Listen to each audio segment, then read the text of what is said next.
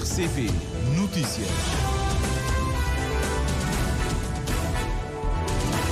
Em Cabo Verde já são às 7 horas. Agora as notícias no primeiro jornal, como sempre, a abrir os destaques que fazem esta edição.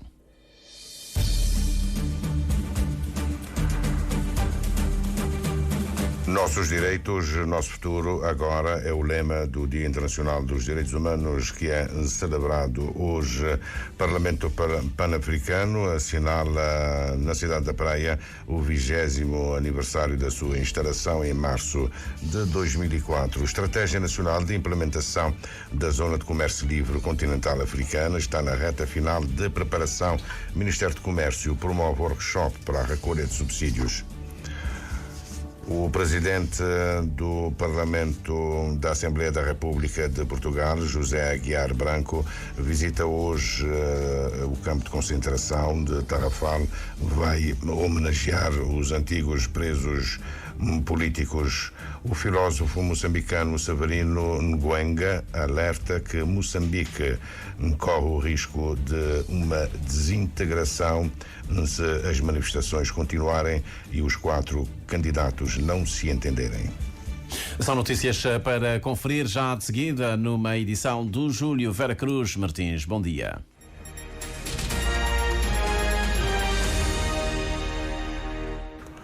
Votos renovados de bom dia, gratos pela preferência que nos dá. Nossos direitos, nosso futuro, agora. É o lema do Dia Internacional dos Direitos Humanos, que é celebrado hoje. Instituída em 1950 pelas Nações Unidas, a data memoriza a Declaração Universal dos Direitos do Homem em 1948. A Associação para a Solidariedade e Desenvolvimento Zé Muniz, liderada pelo psiquiatra Manuel Faustino, é a mais antiga organização em atividade e que completa 30 anos em março próximo. A associação responde pelo primeiro e até agora único estudo sobre direitos humanos nas prisões de Cabo Verde, realizado no ano 2000. Temos outros estudos, temos a saúde e os estilos de vida dos estudantes cabo-verdianos do ensino secundário em Cabo Verde, também de estudantes fora da escola. Temos várias publicações numa época em que, na verdade, fomos, de certo ponto, pioneiros. Depois, várias outras associações e outras instituições, como a Comissão Nacional de Direitos Humanos e Cidadania e vários outros, de facto, depois tiveram um protagonismo muito maior. A nossa preocupação fundamental, como diz a Associação para a Solidariedade e Desenvolvimento de Zé Muniz, é procurar dar voz a quem não tem, procurar fazer o proselitismo dos direitos humanos, procurar também ligar a questão dos direitos humanos com o desenvolvimento comunitário, e essa é a nossa principal. A Menina do Olho da Associação Zé Muniz é o espaço aberto de Safende, na cidade da Praia, que em fevereiro que vem completa 17 anos. Projeto de intervenção comunitária em Safende, onde nós trabalhamos com cerca de 150 crianças e jovens, adultos, temos intervenção comunitária para as crianças e jovens, tem uma refeição quente diariamente, e naturalmente com famílias com poucas posses, mas temos um outro programa importante, que é o programa de informação jurídica, que nós trabalhamos com o Ministério da Justiça e que prestamos informação jurídica a pessoas com dificuldades no espaço aberto para a comunidade de Safende e arredores, no platô, na nossa sede, na Associação Zé Muniz, e no Alto da Glória. Manuel Faustino concorda que os níveis de direitos humanos em Cabo Verde têm evoluído. Os desafios, alguns mantêm-se, particularmente dos direitos sociais, apesar dos avanços. A Comissão Nacional dos Direitos Humanos e Cidadania assina logo mais e online um protocolo com o Ministério dos Direitos Humanos e Cidadania do Brasil. Detalhes com a jornalista Ernestina Lopes.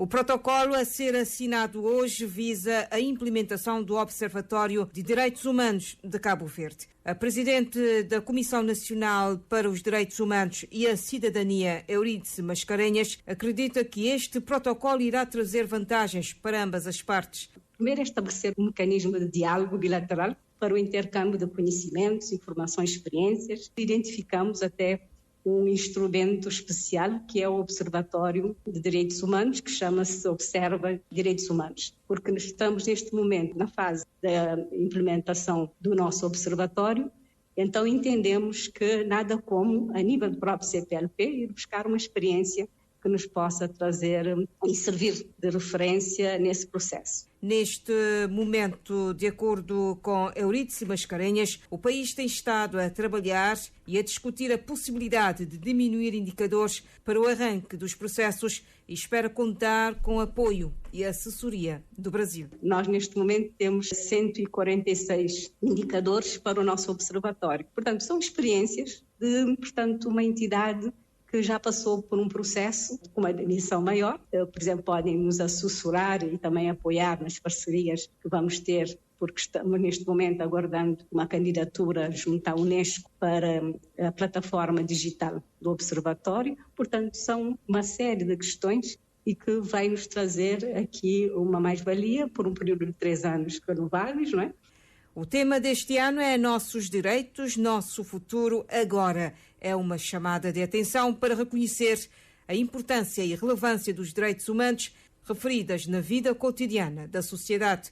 Então, é não deixar nada para depois, não é? O que eu preciso fazer, o respeito, a atitude, não é? Aquela cidadania ativa de pensar nos direitos e deveres que seja o nosso cotidiano e que possamos, de facto, dar atenção às pessoas mais vulneráveis, que precisam, se calhar, aqui de mais equidade no tratamento, eu diria uma discriminação positiva. Já demos algum passo, mas precisamos ser mais intensos nessa matéria.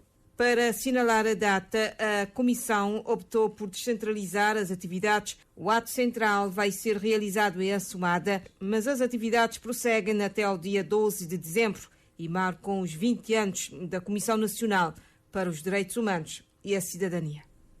O Concerto pelos Direitos Humanos, logo à tarde, na pracinha da Escola Grande, no Platô, fecha as comemorações do dia de hoje e juntam Nações Unidas e a União Europeia, com a parceria do Governo, a própria Comissão Nacional de Direitos Humanos e o ICIEG. O concerto assinala mais um aniversário da campanha Livres e Iguais e o fim dos 16 dias de ativismo pela eliminação da violência contra mulheres e meninas.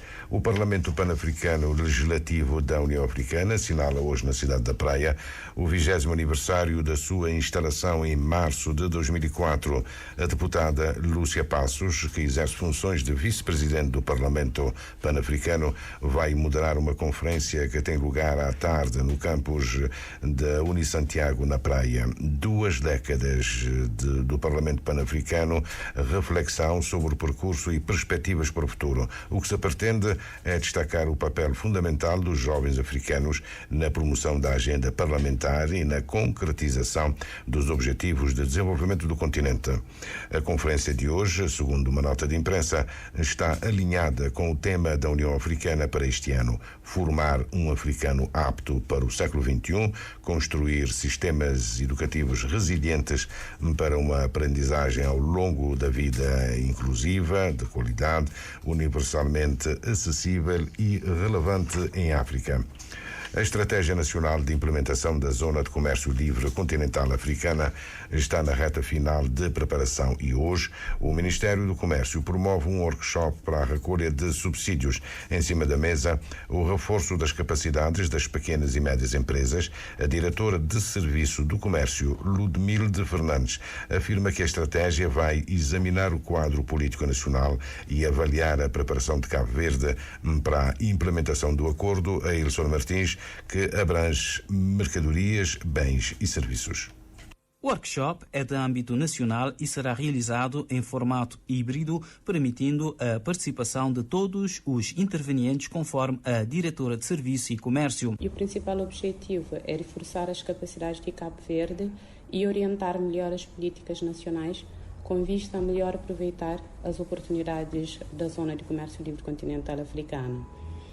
Espera-se validar, junto dos intervenientes nacionais e parceiros de desenvolvimento, a Estratégia Nacional de Cabo Verde. Ludmilde Fernandes afirma que durante o workshop serão recolhidos subsídios para a finalização da Estratégia Nacional da Zona de Comércio Livre. Essa estratégia permite examinar o quadro político de Cabo Verde para ver a preparação do país para implementar o acordo. Nesse sentido, os atores nacionais, eles são informados, são sensibilizados sobre os fundamentos, o âmbito e as implicações que a Estratégia Nacional das SLCA terá para Cabo Verde. Serão recolhidos comentários e recomendações nesse evento para finalizar o documento de estratégia, que também terá integrado um plano de ação prioritário, com recomendações e perspectivas para a implementação adequada do acordo em Cabo Verde. Serão ainda apresentadas iniciativas que apoiam o desenvolvimento das pequenas e médias empresas e identificadas as oportunidades de exportação e desenvolvimento de cadeias de valor em Cabo Verde. Com foco no envolvimento das pequenas e médias empresas, o estudo em si ele fala sobre as oportunidades para a expansão das exportações das PME e serão identificadas as perspectivas, recomendações e que também serão implementadas no decorrer do processo. A Zona de Comércio Livre Continental Africana tem como finalidade reduzir ou eliminar as taxas alfandegárias entre os países membros, estimulando o comércio entre os participantes. O professor da Escola Pentagrama, Tó Tavares, volta a chamar a atenção para que a sistematização do ensino da música em Cabo Verde é uma necessidade e deve estar associada à formação daqueles que a ensinam. Tó Tavares falava ontem à jornalista Miriam Lopes dos Santos, à margem do workshop sobre a salvaguarda da Morna, que celebra os 5 anos da sua classificação como Património Mundial pela Unesco, exatamente amanhã. Capitalizar os novos talentos musicais para a música tradicional, tendo em conta a diversidade de géneros cuja influência recebem na atualidade, é uma necessidade apontada pelo professor da Escola Pentagrama, que, à semelhança da técnica do IPC, tem noção de que os novos compositores de Morna estão a rarear. Tó Tavares defende que a música e a Morna não deve continuar a ser transmitida de forma empírica. As escolas públicas têm que assumir o seu papel de introdução do ensino de música na escola. Um dos elementos capaz de aglutinar e criar uma movimentação a nível nacional à volta da morna e da música tradicional cabo-verdiana. Primeiro, a formação dos músicos. Nós não podemos continuar a entender que devemos continuar todo o tempo a transmitir de uma forma empírica a nossa música. É preciso formar a docência. Eu há bem pouco tempo, eu constatei que foi por um espanto meu, tivemos que fazer uma formação na minha escola em que envolveu alguns professores daqui da cidade da Praia. Eu acabei de tirar uma fotografia com cerca de 11 professores de música. Estes professores precisam de formação. Nós precisamos dar, de facto, o ênfase à parte científica da música cabo-verdiana, que ela também existe. A nível internacional, quando um bem cultural é declarado património mundial, há a criação de organismos específicos para a sua salvaguarda. Sandra Mascarenhas, do IPC, reitera essa necessidade para a Morna, prevista no plano de salvaguarda, tendo em conta que o Instituto do Património Cultural não terá a capacidade extrema de desempenhar esse papel para todos os patrimónios classificados. Para a cidade velha, que é património mundial, que é património material, há sempre essa necessidade de haver um plano de gestão, de se criar um gabinete de gestão ou um outro figurino qualquer. O mesmo se deve aplicar às manifestações do património material que são registadas pelo Unesco, porque é o que acontece em toda a parte do mundo. A manifestação é registada, paralelamente cria-se e está no plano a criação de um organismo, de uma instituição, pode ser algo entre o Estado e a sociedade civil, que seja responsável, que as pessoas revejam. Quem faz cultura cultura são as comunidades, mas é preciso alocar também recursos para a sua salvaguarda e manutenção enquanto património vivo. Já é hora de trabalhar com afinco em Cabo Verde no reconhecimento da multiplicidade de artistas, músicos e agentes culturais que aglutinam conhecimento em relação à morna, defende a técnica do IPC, Sandra Mascarenhas. O Inferno da Não-Justiça já está à venda na cidade da Praia, coletânea de textos publicados pelo escritor Germano Almeida sobre Amadeu Oliveira, preso desde julho de 2021, então deputado da UCID, acusado de crime de atentado ao Estado de Direito. O livro tem a chancela da Rosa de Porcelana. O Inferno da Não-Justiça foge à linha editorial da editora, mas Márcia Souto assume que o livro interpela todos. E trata-se de um assunto de interesse geral, interesse global. Portanto, a Rosa de Porcelana não poderia não estar presente numa possibilidade de edição. Outra coisa são crônicas de Germano Almeida, ninguém nega crônicas de Germano Almeida. Então, nós temos aí o autor e o assunto que a Rosa de Porcelana não poderia ter melhor. O vosso calendário de apresentação é por acaso ou foi pensado para praticamente coincidir com o Dia Mundial dos Direitos Humanos? Na verdade, nós temos um calendário que é feito com muita antecedência e é claro que há situações em que coincidem. Portanto, penso que foi uma boa ideia aí lembrar que hoje é o Dia dos Direitos Humanos. Acreditamos na força desses textos e, como editores, não poderíamos deixar de publicá-los. A apresentação do Inferno da Não-Justiça aconteceu ontem à noite pela advogada Maria João Novaes.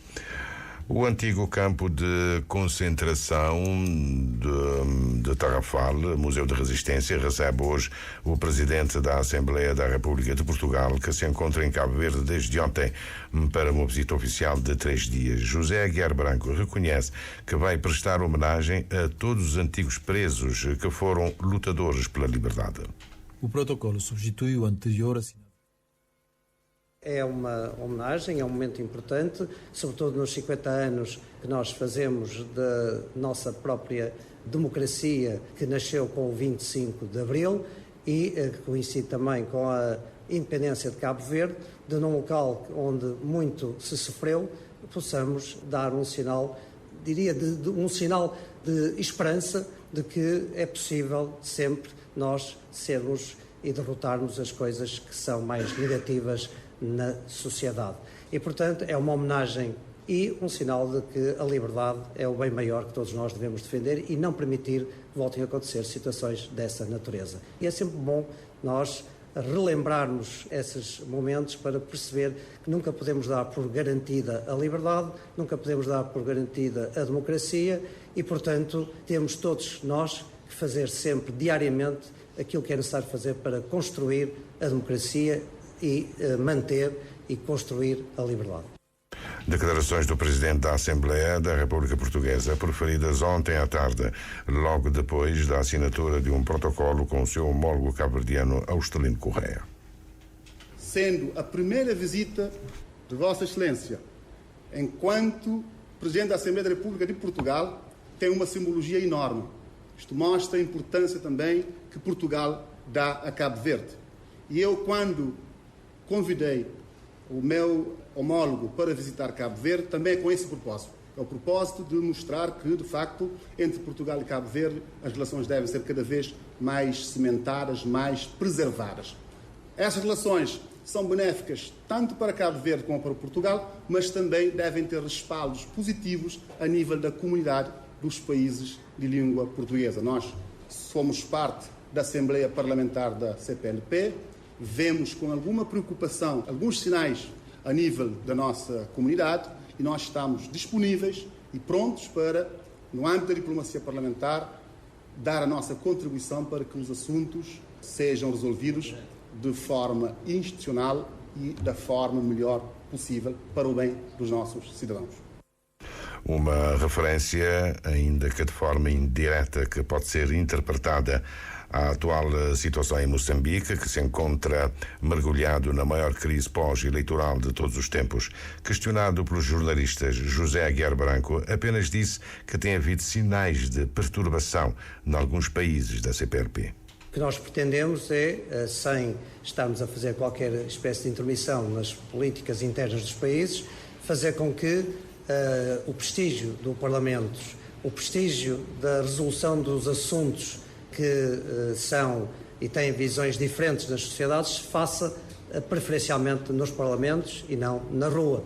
E, portanto, tudo o que nós possamos fazer para contribuir para o reforço da confiabilidade nos parlamentos, para que livremente se discutam os temas que precisam ser discutidos para se encontrarem as boas soluções, é isso que nos faz, digamos, no âmbito da CPLP, tentar que no próximo ano, precisamente, essa dimensão ganhe um espaço mais forte para serem encontradas as soluções para que os países que têm tido alguns problemas possam encontrar aqui um apoio suplementar para serem resolvidas as questões nos respectivos parlamentos.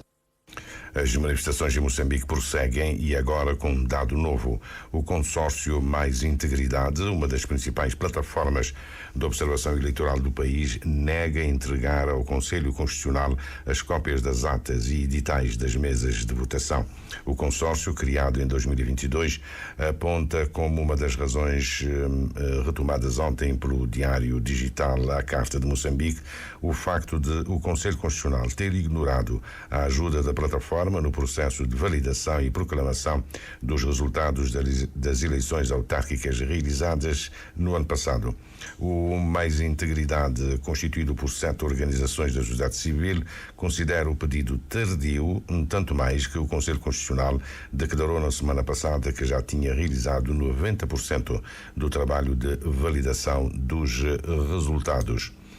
Os apelos ao consenso entre os 4 candidatos presidenciais sucedem-se. O padre Filipe Couto, antigo reitor da Universidade de Mondlane, defende em entrevista ao canal privado da televisão STV que é a responsabilidade dos 4 candidatos presidenciais acalmar a população e devem promover um encontro a 4 sem o Presidente da República e chegar a um consenso mínimo antes da publicação ou rejeição dos resultados eleitorais daqui a 15 dias. O filósofo Severino Nguenha adverte que os atores políticos têm apenas 15 dias para tentar alcançar um acordo de princípios e evitar uma eventual desintegração de Moçambique. Temos que parar. Temos 15 dias para fazer milagres. Milagres que têm consistido em dizer façamos o acordo possível. E esse acordo possível é que vai nos permitir, num segundo momento, negociar o que nós quisermos negociar, o que for possível negociar. Mas temos que salvar Moçambique. Temos que salvar Moçambique. Homens e mulheres que estão a morrer, muitos. Homens e mulheres que estão a morrer de fome. Homens e mulheres que estão a morrer porque não chegam ao hospital ou não têm medicamentos. Homens e mulheres que estão a morrer em guerra. Homens e mulheres que estão a morrer em tiros que nos damos reciprocamente uns contra os outros. Isto não pode ser. Isto não pode continuar assim. Isto tem que parar. Na grande entrevista publicada ontem pela STV, o académico defende que só um acordo de princípios antes da publicação dos resultados pode depois viabilizar a negociação do diferendo eleitoral e do próprio funcionamento do Estado. Se nós partirmos o país, se nós destruirmos Moçambique, ninguém vai poder governar, ainda menos governar com legitimidade. A única atitude responsável que possamos ter é darmos-nos conta do perigo que nós corremos. A única responsabilidade que podemos ter é pensar que todo o país está em perigo, sobretudo os mais fracos, e temos que ter a altura moral suficiente para parar com isto. Isso para com criação de condições para um diálogo. É preciso falarmos, é preciso encontrarmos uma solução, é preciso mudarmos o que tem que ser mudado.